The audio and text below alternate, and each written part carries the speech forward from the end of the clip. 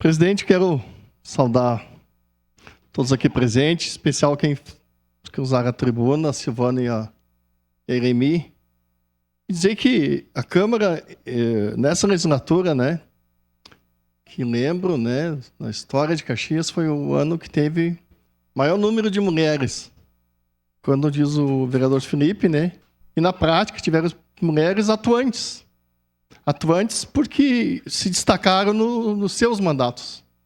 Então, vejo que hoje nós temos a deputada Denise, porque ser atuante, a suplente de deputada, nossa presidente da casa, daqui uns dias pode ser chamada de uma hora para outra, partindo das eleições, a deputada também, porque tem feito um trabalho.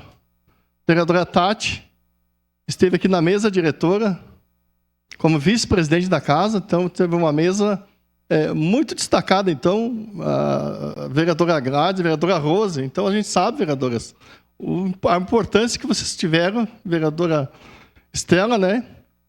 Importância aqui na casa. Há poucos dias nós tivemos o problema de saúde do vereador Verocino, ele esteve ausente, mas teve uma vereadora atuante aqui, então que bom ver o senhor de novo, com 85 anos, né? E a sua assessoria assessorou muito bem ela, mas ela é uma pessoa fisicamente parecia um pouco debilitada, né?